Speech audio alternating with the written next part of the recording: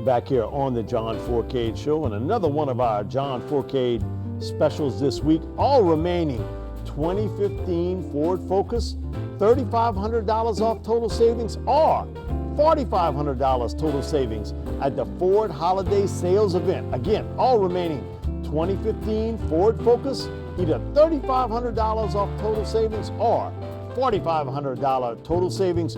Come on, man, right here in the heart of Metairie, Veterans Ford. We're back here on the John Fourcade Show, sponsored each week by Veterans Ford. John, the Panthers clipped another W, man, easy win against Atlanta. I think we'll get to this a little bit later. I do think the streak comes to an end this coming week, but man, they have went on a hot roll. And when you're looking at this football team, probably their best game overall they played, but boy, they got beat up again in the Falcons. They had a lot of injuries coming out of that football game, but it goes to show you just how the runaway is in the NFC South. Carolina 13-0. You know, I said before the season, man, listen, 9-7 would win this division. John, I'd have never picked Carolina to be 13-0, but 9-7 would have definitely won this division.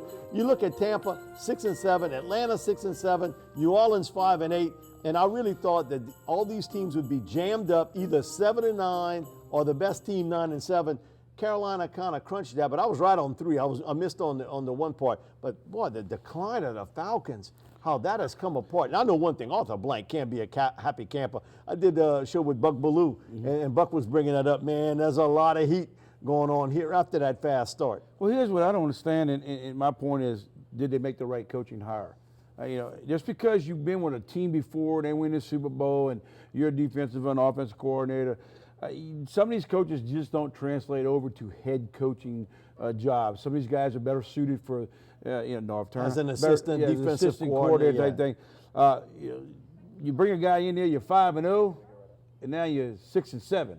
How bad are you going to be in Atlanta right now? And the talk is that I'm hearing is, did they make the right decision? Now, you're not going to fire the guy after 1 year. We'll wait and see. It has happened before, but it is almighty how they have fallen, huh? Khalil Mack, we got to see him play this week. And I know he was going up against a backup tackle, but I don't care what it is, NFL football. 5 quarterback sacks. Oakland is relevant again. And there's a game up against the Broncos, and you saw one of the real bright stars of the NFL and Khalil Mack with 5 quarterback sacks. Listen, he was Derek Thomas-like in the way he played up against Denver. And that's the thing that I keep looking at. Why don't the Saints get somebody like that? I mean, you got to have a real high pick to get Khalil. But you got to get. Well, you know what? You got to lose a lot of games. You had a chance last year. There were some guys you could have moved up. You could have moved up last year. It's too late to talk about it. Last season, but that's what they need here in New Orleans. But you're right, Matt came off the edge on both sides. Granny playing Denver, these coaches in the NFL nowadays make adjustments. They didn't even try to. Even when they tried to, he got through there. And that he was always a player that we knew was going to be a great player for Oakland. And I'll say this much: Denver didn't look like the Denver that beat Tampa, New England. This quarterback might be looking over his shoulder now. I think they're looking at saying, hey, maybe Peyton, you might need to come back a little sooner than later, because he didn't look that good in this football game. But overall, I like the pass rushing ability of Mack at 5 sacks. Anybody, when's the last time Saints had one guy with 5 sacks? All I know is, it goes to show how you talk about recruiting and the draft. Man, it's not a science. It's not an art to it. You got to have a little bit of luck, also a little bit of skill. Khalil Mack came out of Florida and had to go to University of Buffalo to play college football. Now, you just think about that. Man, in talent-rich Florida, that guy came out of there, no top school would offer, and he got to go play at University of Buffalo to make his mark in college football. It does go to show you, I know another guy that grew up right down the road from me. He had 1 scholarship offer, went to Northwestern University, ended up playing 14 years in the NFL at quarterback. It's not exact. And Mack is a perfect example of that. That's the key to it. I tell young men all the time, it doesn't matter where you go to school. If you want to play, go where you feel like you can play. They will find you, the field of dreams. Build it and they'll come. Trust me. There's enough talent out there people looking for, and if you're good enough, they will know who you are. There are schools back now, Mike, that, Shippingburg and places like that, or Shippensburg. Bloomsburg State. I mean, you look at some of Taunton State. You look at some of these places that Hofstra don't even have a football team anymore. But that's the whole purpose of it. I tell these guys, just go play football.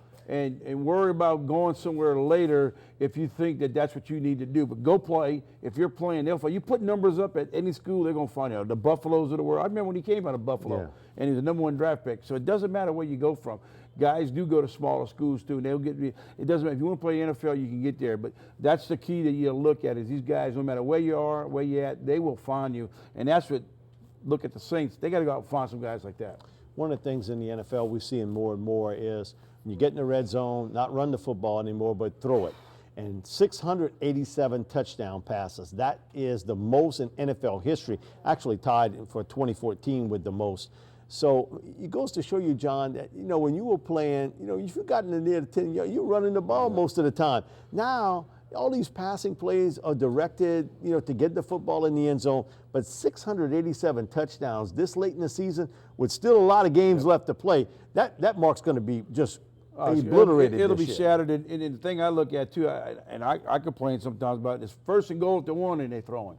Like, what? Did I just see this guy throw?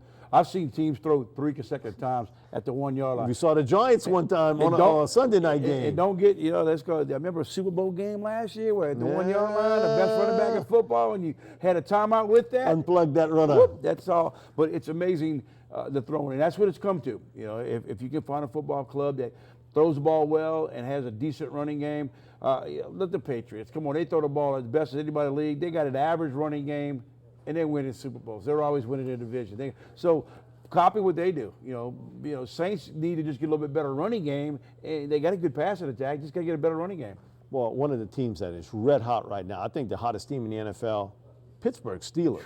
Well, if you see them on the schedule, John, you don't want no part of what those guys are doing. They got a chance to win the division. If they go win the rest of the 3 games, Cincinnati loses a quarterback, they can lose all 3 of the game, and guess who's now wins the division with 11-5 record, and the other team goes to 10-6. So it's far from over in that conference. It was funny, and listen, nothing against A.J. McCarron. He was a tremendous college player, was surrounded by a lot of talent at University of Alabama.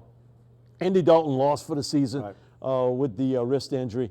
He comes out after the game and says, you know what, I got a lot of confidence in myself. I saw Tom Brady do it. Man, come on, you got to be kidding me. You can't compare yourself to Tom Brady. You might say, well, that's an example of what's happened. Right. But, man, to say that you're going to do the same thing Brady's done, you can forget about that. Let's just hope that Fox and CBS and all the main networks show his wife a lot more than they show him.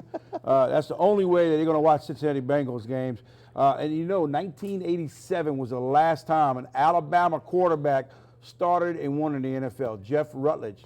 Think about that. Think about it. That's a New York Giants. 87. And I was up there with them for a while up there. Jeff Rutledge, starting quarterback, Alabama Crimson Tide. That's the last time an Alabama starting quarterback won in the NFL. That's amazing. Good luck to you. Andrew Luck, Peyton Manning look as though they could be quite possibly returning. Boy, you saw the Colts just fall apart. Jacksonville just, took a belt out and spanked them, but good. Even talking about possibly playing Charlie Whitehurst if Andrew Luck can't play. Whitehurst, he's been a career clipboard holder.